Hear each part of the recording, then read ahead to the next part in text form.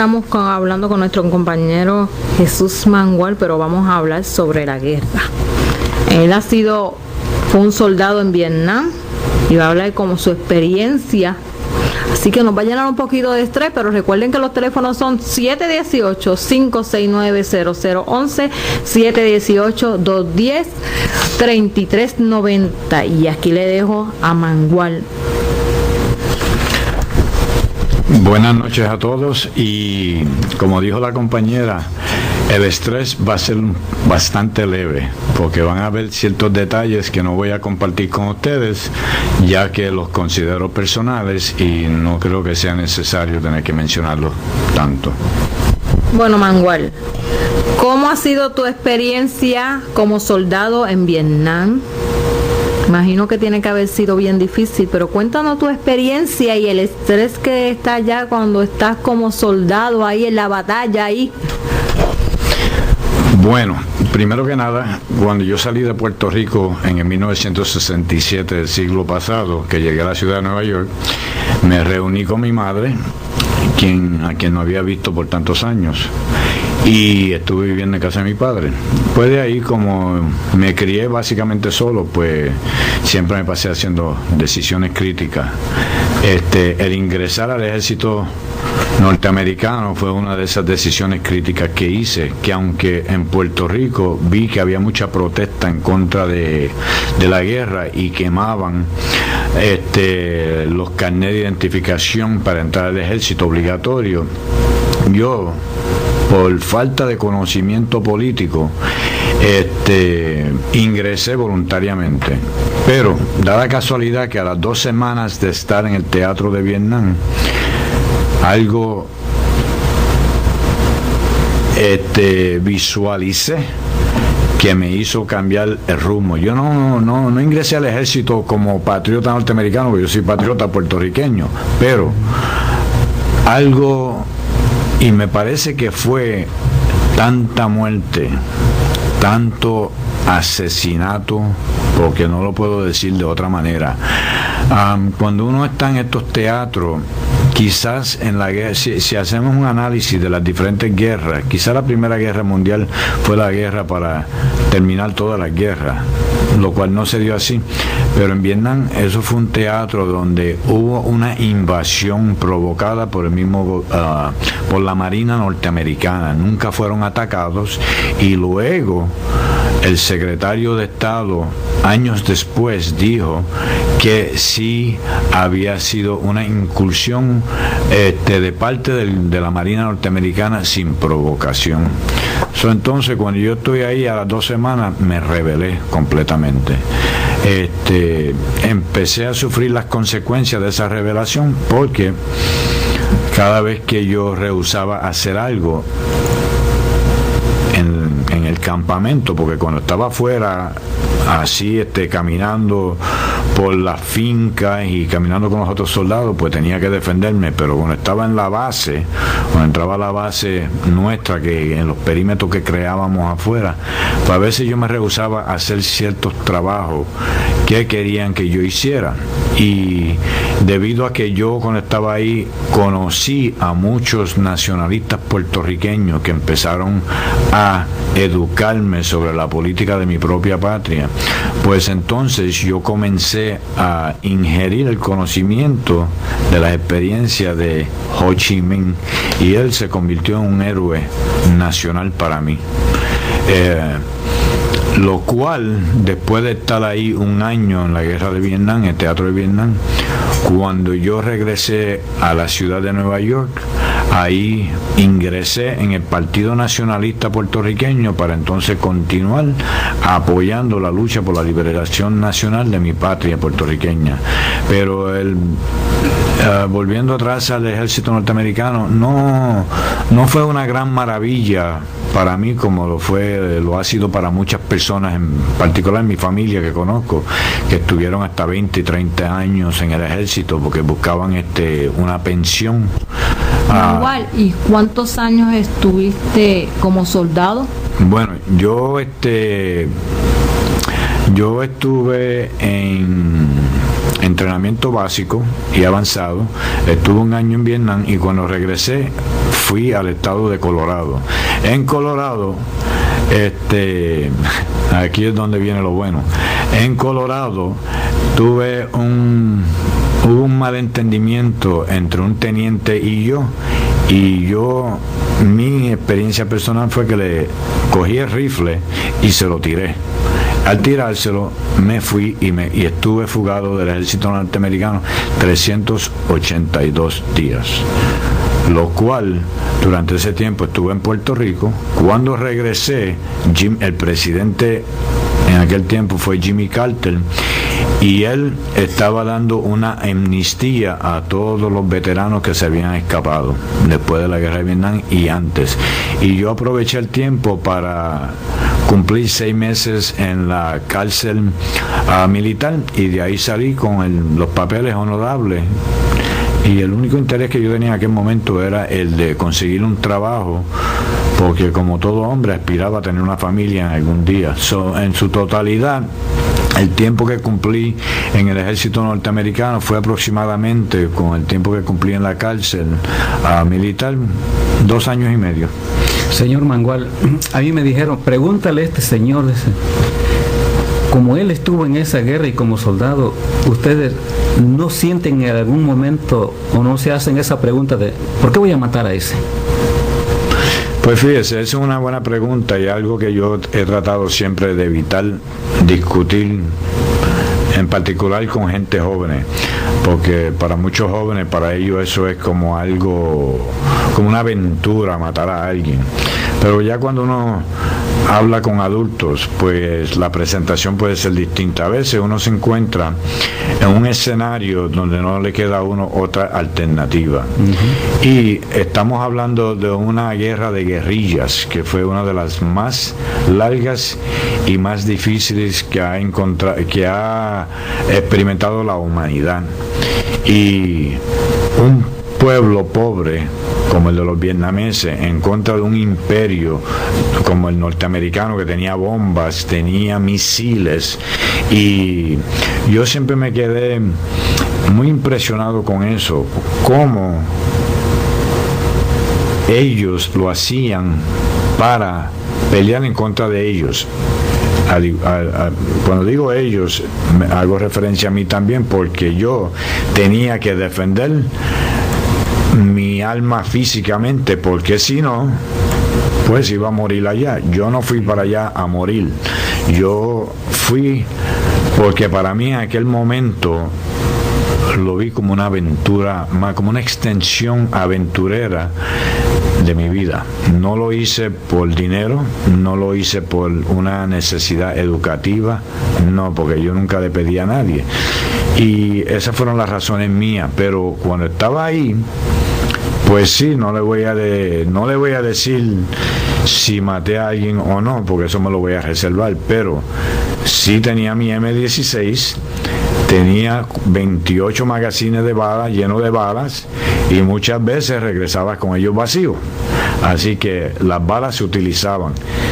Yo no estaba contando a ver si mataba a cuántos y dónde. Yo lo que sé es que quería regresar a ver a mi familia, y eso fue lo que hice.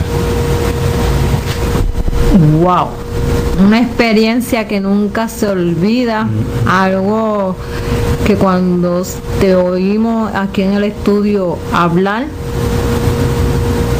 uno dice wow. Y ahora como persona, el Mangual que eres ahora, a como eras antes en verte esa lucha, y ahora como estás en esta actual, como dice, época, ahora cómo estás tú ahora, cómo tú te sientes, cómo tú te visualizas esa experiencia que pasaste. Bueno, como activista que soy desde que regresé de la guerra de Vietnam, yo lucho mucho por los valores de los derechos humanos, de todos los humanos. Trato de decir presente, donde sea, cuando sea. He estado en las Naciones Unidas en 3 ocasiones distintas, representando al pueblo de Puerto Rico, una de las colonias más viejas del mundo. Y debido a la experiencia que tengo de mi trabajo y la experiencia que obtuve en Vietnam. Siempre digo, a la edad que tengo, y acabo de salir en casa de mi ex esposa, la madre de mis hijos, que estábamos celebrando allí el baby shower de la hija mía, que va a tener su segunda beba. Ellos saben cómo soy yo. Yo estoy dispuesto a defender lo que son los derechos humanos de toda persona, porque todos somos humanos. No defiendo los intereses de los ricos porque ellos tienen dinero. Yo soy un trabajador, soy una persona pobre, mi pueblo es pobre, y sabiendo lo que sé debido a mi experiencia en Vietnam, pues eso yo lo he convertido en algo actual para tratar de educar a los jóvenes que vienen por ahí. No veo, hoy hay un movimiento inmenso que se está dando en este país y es en contra de los abusos sobre tanto humano negro que matan aquí en este país los policías blancos, porque aquí en este país el racismo no ha parado nunca, ni ha disminuido, y yo siempre, toda mi vida, de que me acuerdo, desde que llegué aquí de Puerto Rico cuando tenía 4 años, yo me acuerdo que en la escuela siempre estuve peleando el racismo. De allá para acá he llovido mucho, por lo menos 61 años que ha estado lloviendo, y todavía ese tema racial, ese tema de injusticia, ese tema de en contra de los derechos humanos se sigue combatiendo. Yo lo he combatido y veo la juventud que hoy en día está luchando también por establecer algún tipo de respeto en nuestras comunidades, y lo único que le puedo sugerir a toda persona hoy, joven, de edad mediana, de edad adelantada, es que nunca bajen la guardia, porque todos estamos en esta lucha juntos, y si no trabajamos juntos, si no nos unimos, nos van a pasar por encima como si fueran tanques ellos y nosotros fuéramos polvo. En otras palabras, señor Mangual, entonces Vietnam para usted fue una escuela de derechos humanos. No fue una simple escuela, fue una universidad. Esa fue la universidad, ya que cuando yo entré en el ejército en el 1968, yo no había terminado high school. Pero para mí, al llegar allí y estar allí el tiempo que estuve, para mí ese año fue un curso universitario, un doctorado. Y ahí yo aprendí, y eso fue lo que me ayudó, esa experiencia fue lo que me ayudó a llegar hasta donde estoy hoy. Y me siento orgulloso de los hijos míos, porque la hija mía, que es la mayor, es educadora, y su esposo también, su madre, y pues el propósito nuestro es de educar de contribuir de alguna manera a esa educación. Qué bueno. Wow, ahí escuchamos a Jesús Mangual. Nos alegra escuchar tu experiencia y ese mensaje. Gracias. Que le llevaste a la juventud y a todo el mundo, no solamente a la juventud, sino a los que escuchan nuestro programa sábado tras sábado, sobre tu experiencia. Pueden deducir lo que ustedes piensan y lo que ustedes quieren hacer cuando vean situaciones como las que pasó él, y lo que en el futuro que no queremos hablar. Cada uno tiene su libre albedrío de su pensamiento. Esperamos que en una próxima estés con nosotros, Jesús. Te invitamos a seguir aquí. Gracias por tu aportación. Quiero decir una cosita más, y es que cuando a veces en nuestras comunidades, la juventud, hay muchos muchachos que salen de high school y no tienen dirección ninguna, y lo primero que encuentran como alternativa es el ejército.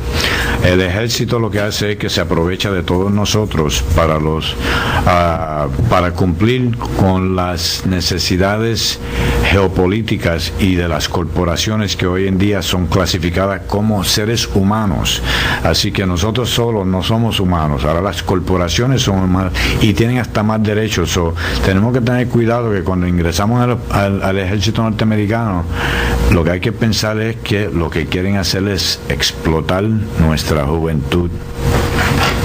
Sí, Félix, ¿querías hacer algún comentario o algo? Sí, algo muy breve. Las guerras siempre han existido en toda la historia de la humanidad.